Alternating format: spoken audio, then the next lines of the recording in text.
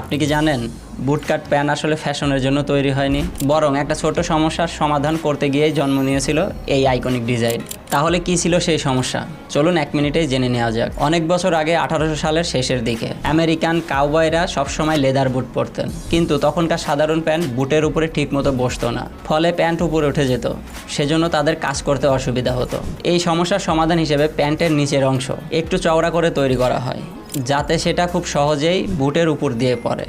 এখান থেকে জন্ম নেয় বুটকাট ডিজাইনের। শুরুর দিকে এটা কাউবয়, রান্স ওয়ার্কার এবং হর্স রাইডারদের জন্য ছিল। 1950-এর দিকে হলিউড ওয়েস্টার্ন মুভির অভিনেতারা এই বুটকাট ডিজাইন পরা শুরু করে।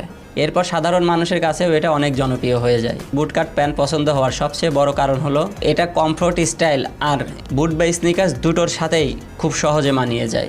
এছাড়া এর ব্যালেন্স ফিট, বডি স্ট্রাকচার অনেক স্মার্ট দেখায়।